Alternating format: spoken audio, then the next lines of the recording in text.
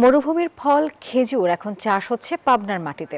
প্রত্যন্ত পল্লীতে এক কৃষি উদ্যোক্তা অর্ধশতাধিক গাছ লাগিয়েছেন। কয়েকটি গাছে এবার ফলও ধরেছে। জুলাই মাসে হতে পারে খাওয়ার উপযোগী। এমতাবস্থায় প্রশিক্ষণ সহ তাকে সব ধরনের কারিগরি সহায়তার আশ্বাস দিয়ে যাচ্ছে কৃষি অধিদপ্তর। পাবনা থেকে আহমেদুল রানার তথ্য ছবি নিয়ে থাকছে ডেস্ক রিপোর্ট। ১.৫ বিঘা জমিতে ৬৫টি গাছ, এই নিয়ে সাইফুদ্দিন হিরোর স্বপ্নের খেজুর বাগান। বাগানের শুরুটা হয়েছিল ৩ বছর আগে আটঘরিয়া উপজেলার একদন্ত ইউনিয়নের গুরবাসী গ্রামে। মাত্র আধা বিঘা জমিতে পরীক্ষামূলকভাবে সৌদি খেজুরের চারা রোপণ করেছিলেন সাইফুদ্দিন হিরো। নিয়মিত পরিচর্যায় মাত্র ১ বছরে গাছগুলো বেশ বড় হয়ে ওঠে।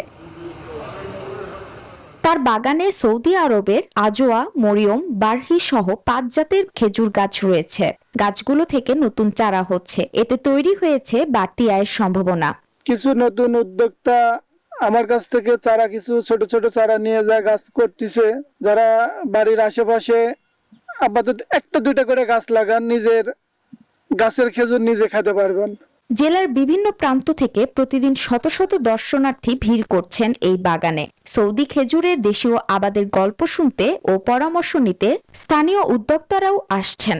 শখ মানুষের অনেকভাবে হতে পারে, অনেক মানুষ অনেকভাবে প্রকাশ করতে পারে, তবে এইভাবে শখ প্রকাশিত হওয়াটা অনেক দেশের জন্য, এলাকার জন্য ভালো। অনেকেই এখন দেখতেছি এই গাছের এই বাগানে হচ্ছে চারা আছে, এই চারা ক্রয় করে নিয়ে যাচ্ছে। খুব ভালো লাগছে। আমি চিন্তা ভাবনা করছি যে আমার বাড়ির পাশে একটা ফাঁকা জায়গা আছে, সেখানে 2টা খেজুর গাছ রোপণ করব।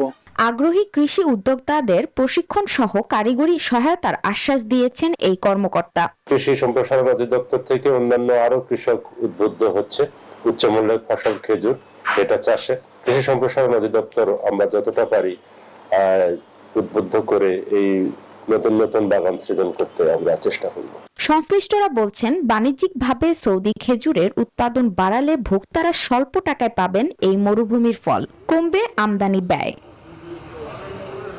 Desk report, news 24।